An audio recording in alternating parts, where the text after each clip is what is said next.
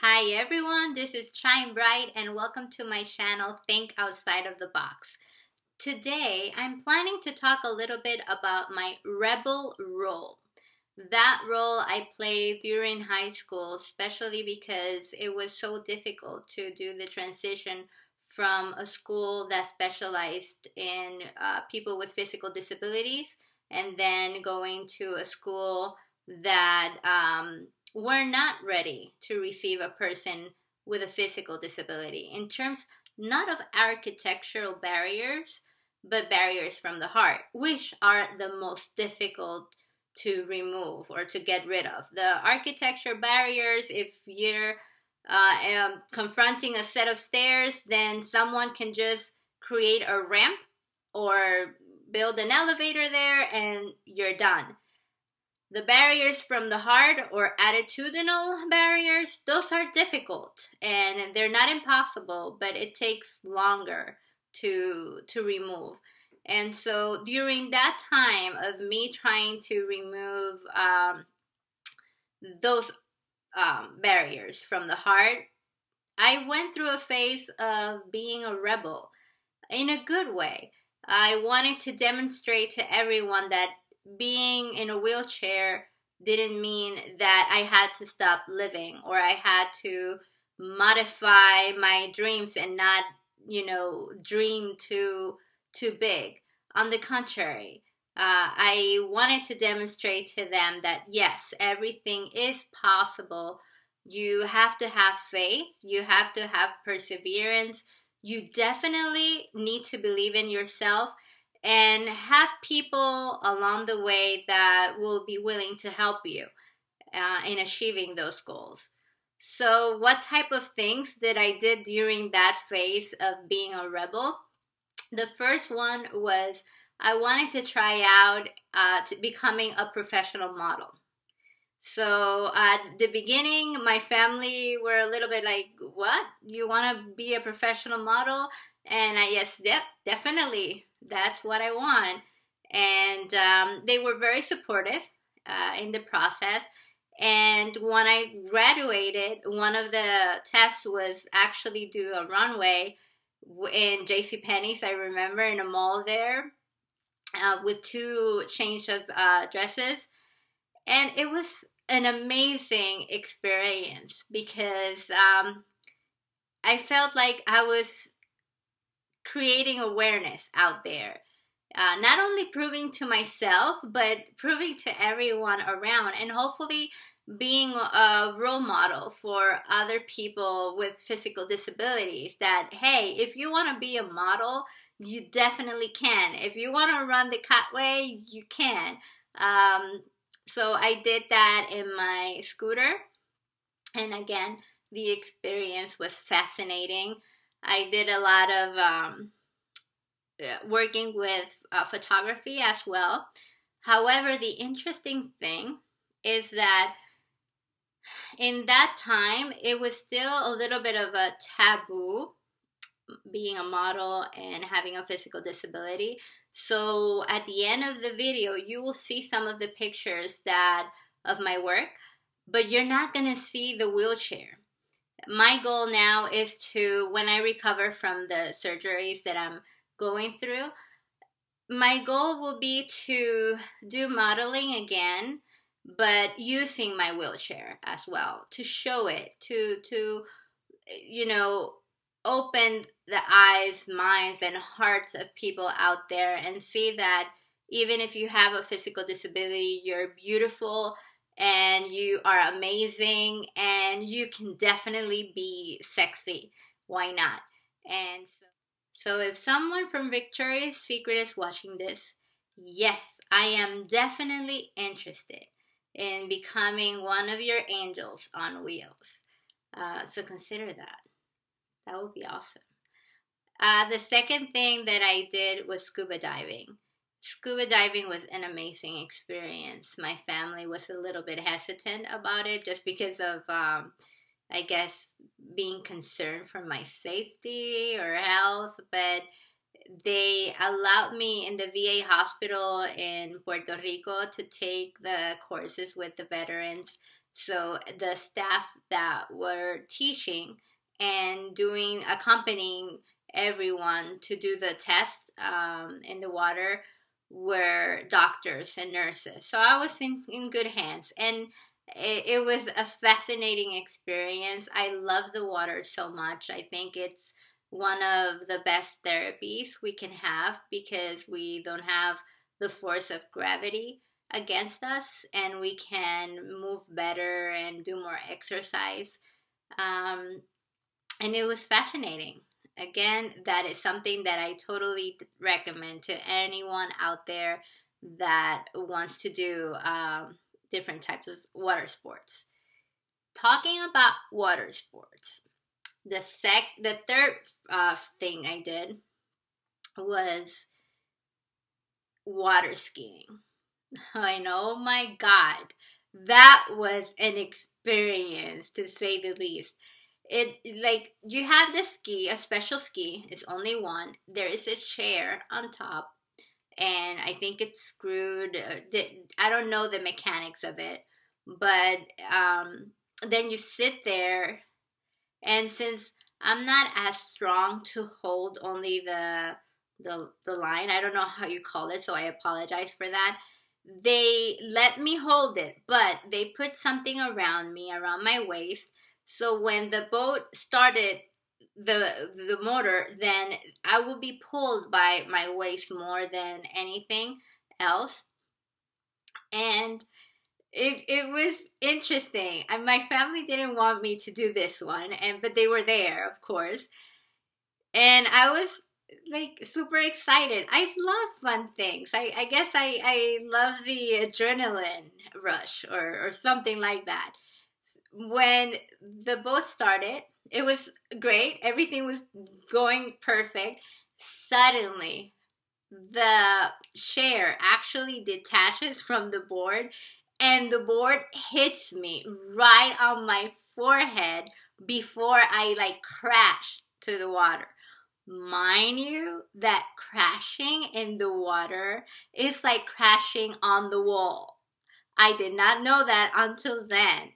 That is actually really hard. You think, oh, it's water. No, it's not gonna hurt. It is gonna hurt. And so I guess I was already very far away from shore when this happened. And they called someone for assistance. And they actually saw my forehead, and it wasn't bleeding, but it was getting swollen already. And they asked me, like, oh, you okay? You know, they assisted me. So we have two options. You can either, we can fix the chair and put it on the board again and go the same way to the shore, or we can take you to the boat and get you to shore. I guess which one I picked. Of course, I picked going on the chair again and doing the board thing because I was like, hey, like if you quit as soon as the first fall, then that's nothing that you really, really wanted in the first place. People fall all the time, and they just, stand up again, and that's it. So I did that, and my family was like, are you crazy? What were you thinking? But it was an amazing experience. I haven't done it again because I moved from Puerto Rico. So if I would have the experience again, I would say yes. No problem whatsoever. It was nice. The last thing I wanted to share with you, one day I told my mom, oh, I so much wish I could fly. Sometimes I'm okay being in a wheelchair and not walking, but sometimes I would just like to feel free in terms of my body, not feel so much weight and so close to gravity, but just fly like a bird. And they were like, yeah, sure, definitely. That's good, honey. And I said, no, but really, if I have the chance to do it, would you let me do something like that? Sure, I'll let you. Little did they know that actually I was thinking of doing skydiving. And that day, I made calls to verify what would be the process of doing this. And the next day, when my mom got home from work, she saw a bunch of people in my house. And she was like, okay, hi, what is this? What's going on, Rosamar? And I let her know, well, I asked you if you were okay for me to feel free in the sky and fly like a bird. So I actually made some calls, and they're here to talk to you about skydiving and how it's an amazing experience, and it would be fascinating for me to try it out. She almost fainted. She was like, are you kidding? This is a joke, right? So once she definitely verified it wasn't a joke and definitely not, I was not kidding, she like took a deep breath and said, well, okay, fine. If that's what you want and that will help you feel accomplished in life, go ahead. And that was the middle of the week, and we were gonna try it out on the weekend, on a Saturday. I remember when we got there, it was an hour and a half from where I lived, and all the way to there, she was like, you could think about it. It's okay to say no. You're not gonna be a coward if you back off. And so she was trying to convince me, to not do it at all. And I was like, no, Mom, this is something I want. And she said, well, not a lot of people out there choose to do skydiving just because they want to prove things to the world and to themselves. And I was like, yeah, I know, but I really, really want to try this out. So when we got there, they explained the risk, of course, and they give you a mini class as to what the logistics is so you will know what to expect. Then you have to sign, and she had to sign for me because I was a minor. And then the sky turned so gray. It became a horrible day. And she was like, that's a sign from God that he doesn't want you to jump. You just take that sign with you and we'll just leave. And I said, no, let's just wait a little bit. And, we'll hang out with the crew and we'll wait to see if things get better. Fortunately for me, not for her, things got better. The sky was perfect blue, beautiful, no clouds. It was amazing. So once they started strapping me, obviously because I cannot walk, the logistic was I was gonna sit on the lap of one of the instructors, and they were gonna with duct tape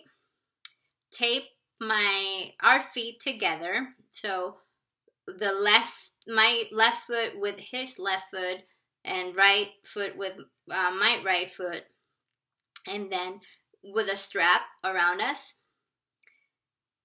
And basically that will be it. He will be my legs, especially for the process of jumping. And he will be assisted, so other people were going to be jumping with us to make sure that everything was safe. And they go to my mom and say, we were thinking a little bit better during this time that we were waiting, and we've considered to change the altitude just because of safety precautions. And so she's not gonna jump from 5,500 feet anymore. And she was like, oh, thank God, perfect, no problem with me. No, she's gonna jump from 10,500 feet. Excuse me? What did you say? And they were like, well, because in case of things happening that are not expected up there, we will have more time. So the higher we go, the more time we will have to resolve the situation up there. And she freaked out. She was like, she didn't want to hear it, you know. And when it was time for me to go in the Cessna, she hugged me and she's like, "Oh my God, I hope you're all right." I was like, "Ma, you know, everything's gonna be okay. No worries." And they took us to someone before going to the Cessna, and they said to my mom, "You know that his name is such and such, and I just wanted to introduce you to him. I think that's a very important person to meet." And she's like, "Why?" "Because in case your daughter's parachute don't open, he's the one that folded." And that made her even more nervous. Oh my God, it was crazy. So we went and we got to the altitude. That was appropriate. When they opened the door, because of the gush of wind that you feel, and because I guess my lungs are not as developed as everyone else, it became a little bit of a hardship to breathe. So I mentioned to him I was going on with me, and I told him, "Let's jump." You know, I guess I'd rather have like this the get it over the jumping to see if the wind wouldn't affect as much as it was affecting me with the door opened. So we jumped, and and before the jumping, while I was down with my mom, they asked me, "Would you want the option?" There are two options. You either jump and we open parachute immediately, or you jump and you will have a free fall where we do like turns and different things up in the sky, and then we open parachute. Of course, I chose the latter. And so when we jumped, I had a free fall of 5,500 feet. I was assisted in opening the parachute because of the spasticity in my muscles. I didn't reach the lever to pull it, but I was in charge of looking at the watch and watching the altitude and letting him know when we hit the mark of 5,500 feet so he could open up the parachute. It was an exhilarating experience. It was the best experience I've had in my life. It felt so wonderful, and I can smell the ocean up there, even at being so high up.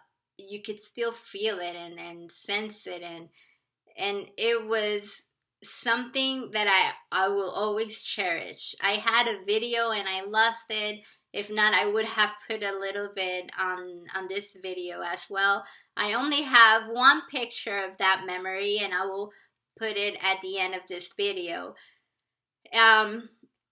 So when we opened parachute, we went silent for a couple of minutes, and I guess we were thinking the same thing, but we didn't want to say it. And suddenly the instructor goes and says, "Are you thinking what I'm thinking? What are you thinking?" And coincidentally, we had planned everything except for the landing. So there weren't a lot of people when we got into the Cessna out there in the field that will be able to help us. And since I cannot walk, and although he can, we're strapped together, he is not actually going to be able to run once we hit the ground, so the parachute will fall behind us. And we were like, "Oh my God, we didn't think about the landing at all." So when we were getting closer to where we were going, we suddenly see so much, like we see a crowd basically. From where did they? I don't know. They appear there, and it was like so good to see them. We were like, okay, so they could catch us. Want to see something fun, really fun? And I was like, sure, let's go for it. So he put the parachute to move to the left, the gliding, and you could see all that crowd like running to the left. And then he was like, look at here, look at here. And then he goes to the right, and everybody like runs together like a mosh pit, but running together to the right. And we did that a couple of times. We were having fun. And when we landed, it was easy. Thank goodness everyone was there, and they helped him, um, carry my weight, and they put me on the chair, and they said, would you ever do it again? I was like, in a heartbeat, I would do it again. Definitely. It was that thrilling and that amazing. And my mom was super pale, but I guess I wouldn't do it again if she's gonna go with me, just to avoid, the difficulty for her of like not even breathing and holding her breath until I get down safely. Uh, but that's it. I guess that was my phase of being a rebel, and it was a fun phase. It wasn't self-destructive. I did productive things, fun things that helped me and helped a lot of other people see that everything is possible. Just think outside of the box. Bye.